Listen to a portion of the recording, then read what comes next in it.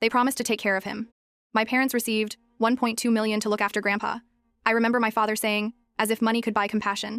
At first, it looked like they meant lavish dinners, photo-perfect family smiles, but that illusion shattered the night they threw him out. It was storming when I found Grandpa standing alone in the rain, soaked to the bone, his suitcase at his feet like an afterthought. I didn't hesitate. I took him in.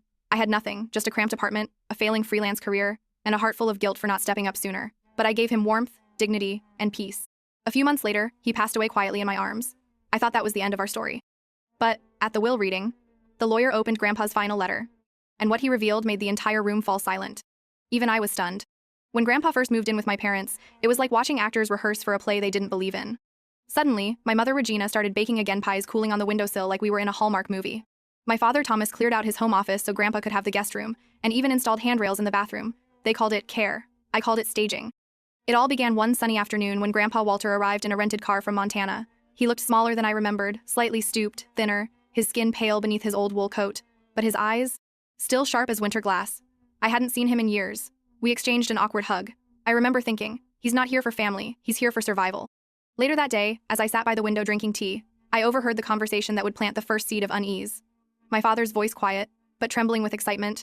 A full $1.2 million in our account tomorrow. My mother's voice followed, honeyed and calculated. We'll give him the best care. He won't want for anything. This is good for all of us. They had signed a private agreement. Grandpa would transfer $1.2 million to their account in exchange for long-term care, and the promise that word again that he would never be sent to a nursing home. Grandpa had insisted. He wanted to be with family. He thought love could be bought with sacrifice. At first, everything was a performance of affection. Family dinners. My mom doted on him. Dad, I made your favorite chicken pot pie. My dad bragged to neighbors, took my father in. That's what family does. But the cracks were already forming. They didn't ask him about his life. They didn't sit with him. They checked boxes, smiled for social media, and moved on. Behind closed doors, I heard sighs long, exasperated ones. I noticed the passive-aggressive comments. Dad, maybe don't touch the thermostat so often? You left crumbs on the counter again. When I came to visit on Sundays, Grandpa clung to conversation like it was oxygen. He asked about my freelance projects, my tiny apartment, even my broken coffee machine. You still writing those nonprofit reports? He'd ask, pretending it was impressive. And I'd nod, pretending I believed it was enough. I should have seen it coming. But I didn't. One Sunday, I arrived to find the energy in the house cold, like something invisible had snapped. My mom barely said hello. My dad didn't come out of the garage. Grandpa was in his room, staring out the window, silent. His suitcase was already zipped shut.